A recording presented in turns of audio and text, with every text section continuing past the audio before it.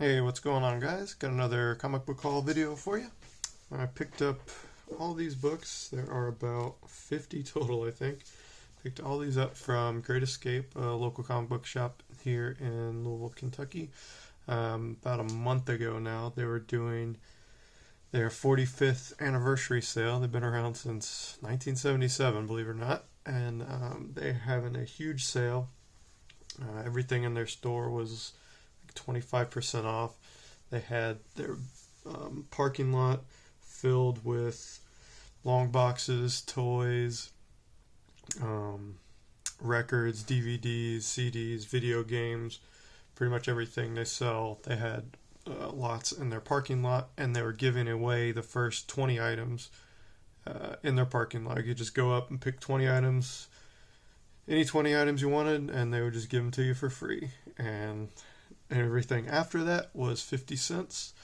So, like I said, I picked about 50 comics. Ended up paying, only after the first 20 books I got. So, what was that? 30 books times 50 cents a piece. So it's like $15 for all these. So, I'd say it was pretty fruitful and pretty lucrative. I only got this one book for I'm not going to keep. This one is just I'm going to sell. It's one of these Deadly Class B covers. If you look on eBay, all the listings say it's hard to find, but there's like 5 or 6 listings, so I don't know how hard to find it is. But it was only 50 cents. So it goes for, there are no recent sold listings on there, but the lowest for sale price on there is $35. So I figure if I can get $25-30 for it, and that will pay for all these other books, so can't beat that. And then, like I said, I'm pretty sure all the rest of these are just for my personal collection. So we'll get started here with those. Got the Ballistic Studios swimsuit special, just a bunch of pinups from these Top Cow characters. Lots of Michael Turner art in here. Show one of the spreads that he did. It's mostly Michael Turner. Then there's some Randy Queen, I think, and Mark Silvestri. Some Joe Benitez. Oh, here's a funny one. This is Adam McDaniel. I'm not sure who Adam McDaniel is, but I thought this was funny. It's just got Stryker there with his multiple arms playing baseball. So that's pretty funny. And then, where is that?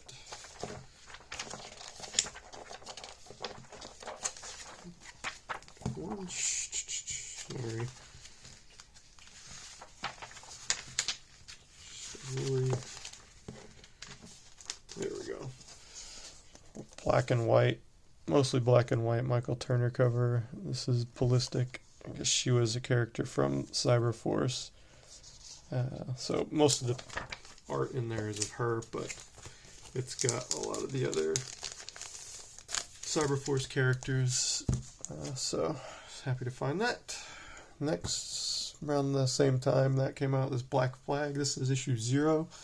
I think this was just a mini-series. I picked this one up. It's got a cool Rob Liefeld cover, and then on the back is a Stephen Platt cover. So that's why I grabbed that.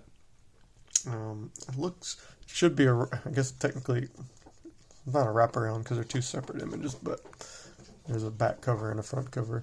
And be on the lookout. Number 1 of this, Todd McFarlane does the cover, so that's kind of cool. Next, I picked up a few of these Bombshells United issues. I got these because the interior art is done by Saya Oum, a recently discovered artist that I like, an artist I recently discovered that I really enjoy. So I've been going back and trying to get some of her work, and she did the interior art on these issues 5, 7, and 9. It's kind of an anthology, I guess. There's multiple stories in each one of these issues. She does about the first 10 pages or so. Just happy to find those. Got this Darkseid vs. Galactus, The Hunger. Just a cool crossover with 2 of the big bads from Marvel and DC. I haven't read this one yet, but it's got Silver Surfer on the cover there too. So, is this a wraparound? Nope, not well. Kind of a wraparound. See, there's part of Galactus right there, and then there's the other one. So it's a nice square-bound book. I'm not sure if this collects previously published stuff or is just kind of a one-shot thing, but looking forward to reading it. Next, picked up this Deathstroke #1 Rebirth. I just grabbed this because it's a Stephen Platt cover. This is the B cover, I guess. I'm pretty sure it's not any kind of ratio incentive or anything, but it's got the, you can see the 2 there in the barcode right there. So that means it's not the first. That means it's not the A cover. If it was 111, then it would be the A cover, but since there's that 2, that means it's the B cover or some kind of alternate cover. Next, I get this Devil's Reign Chapter 2, just trying to complete this little crossover. I think there's 8 parts. It's the Image and Marvel crossover. This one's featuring Cyblade and Ghost Rider. So I think we got 1 or 2 more issues. Got another Top Cow book. This is Eve Proto Mecha #1. This is the David Finch cover. I think Stephen Platt did the cover on the 2nd issue, and then let me see if I can find on the inside here. There's a whole bunch of covers for the 1st issue. I think Joe Madureira did one. Yeah, it doesn't say. Michael Turner maybe, but there's multiple covers for each of the issues in this, and they're all pretty cool. So when I find those for cheap, I'm going to pick them up. Next, I got this Gamora #4. This is just her, I think this was her first solo series maybe. It was a 5 or 6 issue run, I think, from a few years ago. So I think I've only got 1 or 2 more issues to go. I found #1, so that's generally the hardest one to find. So happy to find #4. Next, I found a little mini series of this Hit List book. I'd never heard of this before. The cover just caught my eye. It's a Jamie Tyndall cover. And then I also picked up the whole series, actually. So there's issue 1, the Jamie Tyndall cover. Issue 2, this is a Harvey Tolabau cover. So I was happy to find that. That one's cover B. And then #3, that's cover B. That's not anybody I'm familiar with, unfortunately. But I think Harvey Tolabau did the covers on 3 or 4 of these. So I'm going to, even though I found all 5 of these, I'm going to keep an eye out for some of those alternate covers. I really like his art, and I can find these for cheap. Why not? The story was pretty good, too. It's just this lady's an assassin hired to assassinate some people, or to kill people, I guess. I guess they're not assassins. Do you get assassinated if you're not famous? I don't know. But she goes and kills a bunch of mobsters, so I don't know. It was pretty entertaining. Lots of action. Lots of the interior art's pretty good too. So that was a little bonus. Next, found a couple more of these Lola issues. I got #2 there. I think that's just cover A, and then I got #3, which is also cover A. So I think all these are. I think there's 2 or 3 of these 6-issue miniseries that Saya Oum did. So I'm just slowly trying to fill all those out. And I don't think any of them go for anything too bad. These were all priced just over cover, but like I said, I've been able to find these were 50 cents, and then I found a lot of the other ones just in dollar bins too. Got this Manhunter Oversized Special #1. This is strictly a cover buy. This is just a Bruce Timm cover, so that's why I grabbed that. I'd seen this a couple other places for $2, but I didn't want to pay $2 because I just wanted to hold out to see if I could find it for cheaper, and lo and behold I did. So grabbed it for 50 cents. Got a couple of Mystery Science Theater 3000 books. This is #1. I didn't know they did a comic of this. This is a great TV show started in the mid-90s, I guess. And they brought it back a few years ago and put it on Netflix.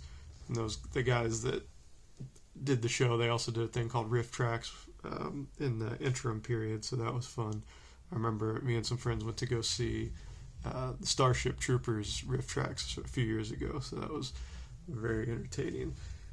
So I was happy to find the comics. This is number 1. That's cover B, I think, and then this is number 2. Just the cover A, and number 2 cover B. So I was happy to find those. Like I said, I'm not sure how long this series ran, but I can't imagine they go for much more than cover price, so I'll pick those up as I come across them. Speaking of Netflix, got this Old Guard number 5. This is a cool Netflix movie that came out, I guess 2 years ago now, that they said they're doing a sequel to. So you can find most of this series in the cheap bin, so I'm just trying to get the first one. So I just added number 5 to my collection. Happy to find some Simpsons comics. Got this Radioactive Man number 88 and Radioactive Man number 1000. If you're not familiar with the Radioactive Man stuff, the numbers are all over the place. I think issue 1 might be the only one that's numbered correctly. Like it says, I'm pretty sure there weren't 1,000 issues of Radioactive Man that have been published. I could be wrong on that, but I'm pretty sure they're not. So I'm not sure exactly if it says. I'm not going to open it. The bad thing about Great Escape, they package their bags. They use masking tape on their bags, so you have to rip them apart, and you have to be careful. You'll bend the book in there pretty bad. So I'm not going to rip it open and look at it. Found a nice chunk of these Reborn comics. I think the only one I'm missing now is the first issue and the last issue. So I got number 2, and then these all have multiple covers too. I don't think that's cover B. It's a cool Greg Capullo cover. And then number 3 here, this is cover C. Don't see who the artist is on that one. And then issue 4, this is cover B. That's Greg Capullo as well. So I haven't started reading this yet. And it's been in production, or been rumored to be in production for a long time, with Sandra Bullock as the lead. But who knows if that's ever going to happen. But anything Mark Miller does is generally good. And I really like Greg Capullo's art a lot, so you can't beat it, especially when you can find them for cheap. So I was happy to grab those. Then, just all over with the Netflix stuff today. Got this Sandman book. This is number 50. Now, I'm not a Sandman fan. I've never read any of the books. So, but I know it's really popular. I just don't think it's for me. That type of, just not a Neil Gaiman fan. He's talented. It's just the fantasy stuff's not what I enjoy very much. But the only reason I grabbed this one is that is a Todd McFarlane pinup of Sandman.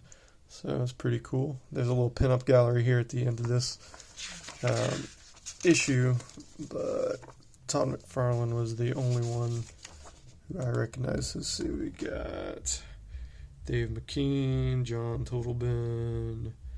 Yeah, Todd McFarlane's the only one I've heard of, so that's the reason I snagged that. And we got some more Image goodness. One of Todd McFarlane's co-workers, Eric Larson here, doing some Savage Dragon and Destroyer Duck crossover. I just really like that. It's a cool purple cover, I think, and just a fun crossover with those two guys. Grab some Silver Surfer from Volume 3. This is number 25. This is, I think after this one, I've got almost all the issues up to 50 now, so I'm going to start putting as much of this run together as I can. The expensive ones are like in the early 30s and 40s with the Infinity Gauntlet stuff. I think I've only got one of those to find left, but I'll keep my eyes out. Keep my eyes open. And here's a couple more Silver Surfers. This is issue number 107, and that's a cool Doctor Doom cover, and it's a newsstand, so that's pretty cool. This looks like it's from 1995, the date on there, so it's pretty rare to find a newsstand. Not as rare as it got in the late 90s and early 2000s, but still pretty cool. more Surfer books. Got number 2 of this limited series. I'd never seen this before, but this is Harvey Tolabal doing the interior art, so I was really excited. I grabbed it just because it was a Silver Surfer book I didn't have, but then when I got home and looked at it, I saw that it was Harvey Tolabal doing the interiors, so that was really cool. If you notice up here, it says it's issue 2 of 4. And then I got number 4, which is the same volume, but that one says 4 of 5. So I guess it got extended by 1 issue between issue 2 and 4. So I just thought that was interesting. You got the Fantastic Four, Venom, and looks like Deadpool maybe, Mr. Fantastic back there. So I haven't read that one yet. I'm gonna wait till I get the whole miniseries, which is apparently 5 issues, not 4. But anytime I can find Surfer stuff for cheap, I'm very happy. And grab some more Simpsons books. There's some earlier stuff that I was really excited to find. This is number 5. You can see the original price tag on that was $8, so there's no way I'd pay $8 for that. But when it's 50 cents, yes please. And number 7, kind of a cool circus cover there. Maybe there's a Bartman and Robin storyline, I'm not sure. And then we got number 16 with Patty and Selma on there. Always a good time. And number 17. And last one, number 36. So that was cool. I was happy to find the Simpsons books. And next we got some Sojourn stuff. I think I've pretty much got this whole run now. I think there's 34 issues, and I found them all either for 50 cents or $1. The storyline's pretty good. The reason I got it was the art, because Greg Land does the covers for almost all of them and does the interior art for almost all of them. And then Ron Mars wrote most of the series as well, and I really liked him from the Silver Surfer run with him and Ron Lim back in the late 80s, early 90s. So this is just a cool little run from that cross-gen imprint that you can find for cheap. Just good art, good story. No value or anything, but just fun to read. Got another one of these Wizard 1/2 books. Claire's a little funky. This is Tales of the Witchblade. It's got the gold wizard stamp on there, the special edition. I couldn't tell who the artist is. Cabrera? I'm not sure. Just a cool cover. I'm not super into Witchblade. I know they've got she has some nice covers in her series. I like the darkness a lot, so they're same universe, but I like these Wizard half books. They're kind of cool, kind of nostalgic, so I was happy to find that. Next, got some Ninja Turtles stuff. This is Ninja Turtles Universe number 5. Just a cool Freddie Williams cover. And then number 6 is another Freddie Williams cover, drawn Michelangelo. I haven't read any of these Universe books. I'm not sure. I don't think they're reprints or anything. That's what the Urban Legends series is, all reprints, but I don't think this Universe series is reprints. I could be wrong. I just haven't sat down and read any of them yet, but I've been mostly just grabbing them based on the covers and when I can find them for cheap. Next, got Vogue number 1. Just a cool Rob Liefeld cover. Vogue was a team member of Youngblood, so she got her own series shortly thereafter, sometime in the 90s. So just grabbed that. This one's kind of cool. This Wildcats X-Men: The Silver Age. Just a crossover. Jim Lee does the interior art. It's what is that? It's the Neil Adams cover with Scott Williams doing the inks. Just one ink, I guess. Yeah. And it's just a one-shot.